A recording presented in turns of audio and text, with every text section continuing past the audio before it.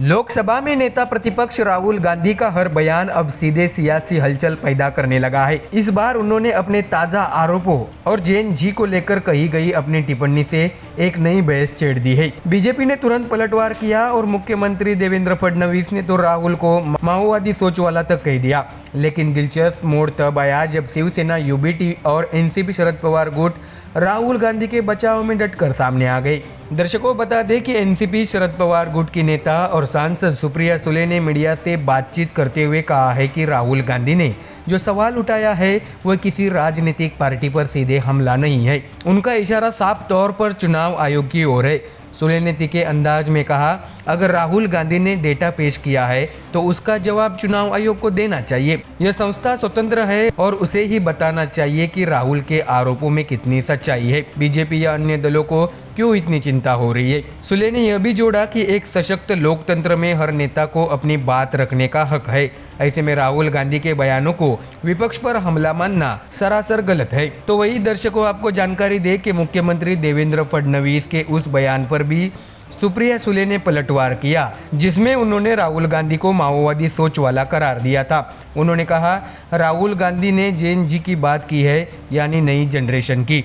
इसमें माओवादी कहाँ से आ गया। मुख्यमंत्री का यह बयान न सिर्फ बेवजह है बल्कि हास्यास्पद भी है। सुले ने साफ कहा है कि बीजेपी नेताओं को राहुल गांधी के हर बयान को तोड़ मरोड़ कर पेश करने की आदत हो गई है, लेकिन जनता अब सब समझ रही है। तो वही शिवसेना, यूबीटी के नेता और राज्यसभा सांसद संजय राउत ने भी राहुल गांधी का बचाव करते हुए बीजेपी पर सीधा हमला बोला। उन्होंने कहा है कि राहुल गांधी आज लोकसभा में विपक्ष के नेता है। यह कोई साधारण पद नहीं बल्कि संवैधानिक जिम्मेदारी है। उनमें वह साहस है जो हमारे प्रधानमंत्री में नहीं है। सैकड़ों पत्रकारों के सामने खड़े होकर लगातार प्रेस कॉन्फ्रेंस करना कोई मामूली बात नहीं, यह उनकी बहादुरी दिखाता है। राउत ने आगे कहा है कि राहुल गांधी बार बार अपने तर्कों और सबूतों के साथ जनता के सामने चुनाव आयोग की कार्यप्रणाली पर सवाल उठा रहे हैं। गुरुवार को हुई उनकी प्रेस कॉन्फ्रेंस उसका ताज़ा उदाहरण है, जिसमें उन्होंने विस्तार से बताया कि किस तरह से एक खास वर्ग के वोट सूचियों से हटाए गए।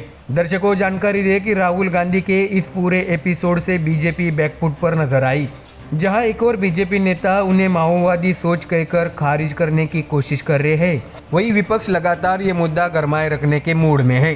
खास बात यह है कि इस बार केवल कांग्रेस ही नहीं बल्कि शिवसेना, यूबीटी और एनसीपी शरद पवार जैसी पार्टियां भी खुलकर राहुल गांधी के बचाव में उतरी। राजनीतिक विश्लेषकों का मानना है कि राहुल गांधी धीरे धीरे विपक्ष की धुरी बनते जा रहे हैं। उनके बयानों से बीजेपी को जवाब देना ही पड़ रहा है और जब सहयोगी दल भी उनके साथ खड़े हो तो माहौल और दिलचस्प हो जाता है। तो दर्शकों, पूरा विवाद अब सीधे चुनाव आयोग पर आकर टिक गया है। सुप्रिया सुले के शब्दों में यह बीजेपी बनाम कांग्रेस की लड़ाई नहीं है, यह लोकतंत्र की पारदर्शिता और निष्पक्षता का सवाल है। अब सबकी निगाहें इस बात पर है कि चुनाव आयोग आखिरकार राहुल गांधी के आरोपों पर कोई औपचारिक प्रतिक्रिया देता है या नहीं। बता दें कि राहुल गांधी की जेएनजी टिप्पणी को लेकर शुरू हुआ विवाद अब एक बड़े राजनीतिक बवंडर में बदल चुका है।